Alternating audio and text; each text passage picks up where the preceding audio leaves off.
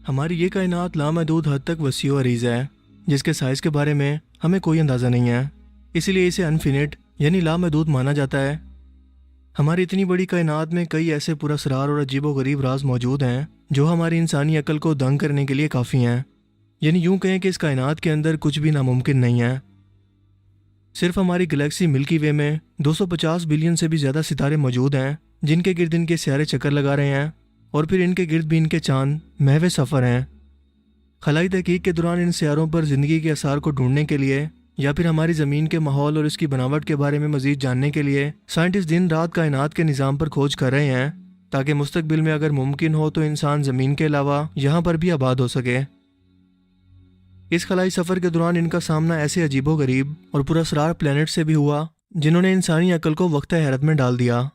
फिर चाहे वो हीरों से बना हुआ एक मुकम्मल प्लैनेट हो, ज़मीन के जैसी एक जुड़वा ज़मीन, या फिर कांच की बारिश वाला एक अलग ही सियारा। और आज की इस वीडियो के अंदर हम इन्हीं अजीबोगरीब सियारों के बारे में जानेंगे, जिनकी खुसूसियात के बारे में जानकर आप भी यकीनन ज़रूर हैरान रह जाएंगे। 55 कैनकरी ई या फिर डायमंड प्लैनेट। जी हाँ, आपने सही सुना। सन 2004 में डिस्कवर होने वाले इस सियारे के नाम से ही जाहिर है कि ये पूरा प्लैनेट डायमंड यानी हीरों से बना हुआ है।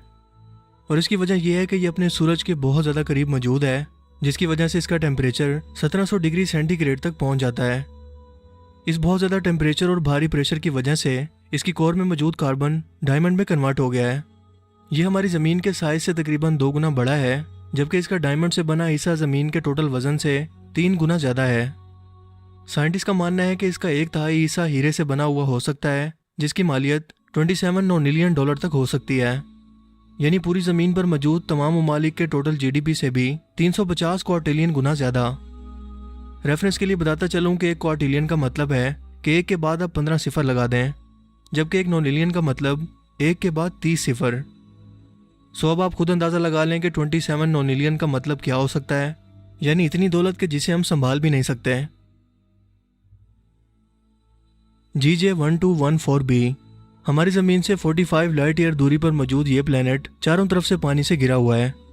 यानी यहाँ खड़े होकर आपको दूर दूर तक एक ना ख़त्म होने वाला एक ऐसा समंदर नज़र आएगा जिसकी गहराई 200 किलोमीटर से भी ज़्यादा है। और इसकी वजह यह है कि इस प्लैनेट पर इसके मास का 10% पानी मौजूद है, जबकि रेफरेंस के लिए बताता चलूँ कि ज़मीन पर पानी का टोटल मैस ज़मीन के टोटल मैस के मुकाबले में है सिर्फ 0.005%। इस बेपनाह बड़े समंदर की गहराई भी बहुत ज़्यादा पुरअसरार है, क्योंकि इसके कोर पर पहुंचने पर पानी के शदीद प्रेशर की वजह से इस समंदर का पानी आइस सेवन में बदल चुका है। अब यहाँ आइस से मुराद ज़मीन पर पाई जाने वाली बर्फ़ नहीं है, बल्कि ये इसके समंदर के प्रेशर की वजह से ज़मीन की तह के अंदर बनने वाली पानी की एक ख़ास आइस शेप है, जो सॉलिड फॉर्म में मौजूद है। मतलब ये वो बर्फ़ है जो ठंडी नहीं है। लेकिन ये तो कुछ भी नहीं है जब हम बात करें हमारी लिस्ट के अगले सियारे की, जिसका नाम है HD 189773b, जहाँ पर कांच यानी शीशे के टुकड़ों की बारिश होती है। क्योंकि इसके एनवायरनमेंट के अंदर सिलिका की बहुत ज़्यादा मिकदार मौजूद है, जो कि ज़मीन पर रेत में पाई जाती है, और इसी की वजह से हम इंसान ज़मीन पर शीशे के बर्तन और दूसरी कांच की चीज़ें तैयार करते हैं। इस प्लैनेट का टेम्परेचर 930 डिग्री सेल्सियस के करीब है, जो सिलिका को पिघलाकर कांच में बदल देता है, और यूं यहाँ कांच के टुकड़ों की बारिश होती रहती है। यही नहीं, बल्कि यहाँ पर चलने वाली हवाओं की रफ्तार साउंड की स्पीड से भी 7 गुना ज़्यादा यानी 8700 किलोमीटर पर घंटा की रफ्तार जितनी होती है, जो इस कांच को बुलेट की तरह आपके ऊपर गिरा सकती है। और तेज़ हवाएं बड़े से बड़े हैवी मास को भी हवा में उड़ाकर रख देंगी।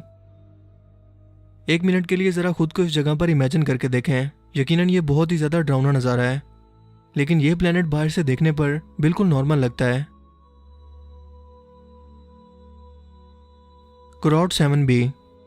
इस प्लैनेट को अगर आप आसान अल्फाज में जहन्नुम कहें तो गलत नहीं होगा, क्योंकि अपने सितारे के बेहद करीब होने की वजह से इसका टेम्परेचर 2600 डिग्री सेंटीग्रेड तक पहुंच जाता है।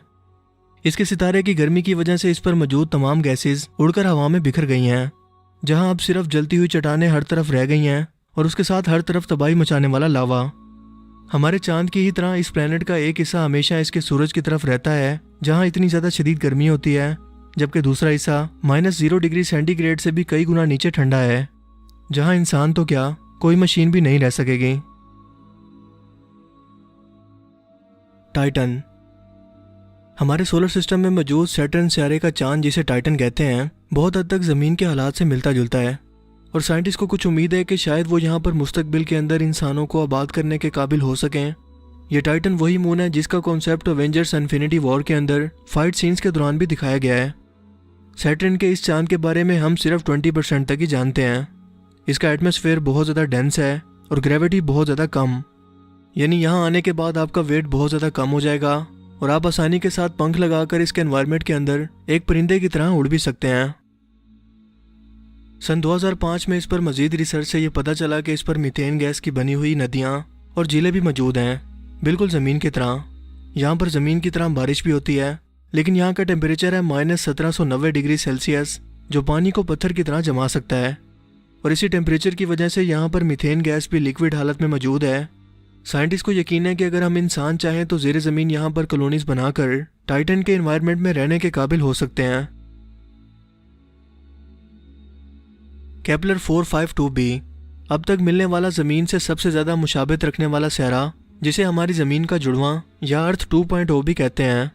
ये साइज़ में ज़मीन से 2 गुना बड़ा है और सन 2015 में डिस्कवर हुआ। इसके बारे में हैरत अंगेज़ बात यह है कि इसका सूरज जिससे इतनी दूरी पर मौजूद है जितना हमारा सूरज हमारी ज़मीन से दूरी पर मौजूद है, जिसे गोल्डीलॉक जोन भी कहते हैं। ये ऐसा टेम्परेचर है जहाँ पर पानी लिक्विड हालत के अंदर मौजूद रह सकता है, यानी यहाँ टेम्परेचर ना तो बहुत ज़्यादा होता है और ना ही बहुत कम, बिल्कुल ज़मीन की तरह। जिसका मतलब यह है कि इस टेम्परेचर में और पानी की मौजूदगी में यहाँ बहुत हद तक ज़िंदगी के मिलने के इम्कान मौजूद हैं। वो ज़िंदगी किसी माइक्रो ऑर्गेनिज्म की सूरत में भी हो सकती है या फिर किसी अजीबोगरीब जानवर की सूरत में भी। ज़मीन सूरज के गिर्द अपना एक चक्कर 365 दिन के अंदर मुकम्मल करती है, जिसे हम एक साल कहते हैं। बिल्कुल इसी तरह से केपलर 452b भी अपने सूरज के गिर्द अपना चक्कर 385 दिन के अंदर पूरा करती है, यानी इसकी और हमारी ज़मीन के साल के अंदर सिर्फ 20 दिन का फ़र्क है। लेकिन हमारी बदकिस्मती के हम चाह कर भी इसके बारे में मज़ीद जान नहीं पाएंगे, क्योंकि ये हमारी ज़मीन से बहुत ज़्यादा दूर है, बहुत ज़्यादा दूर, यानी 1400 लाइट ईयर दूरी पर।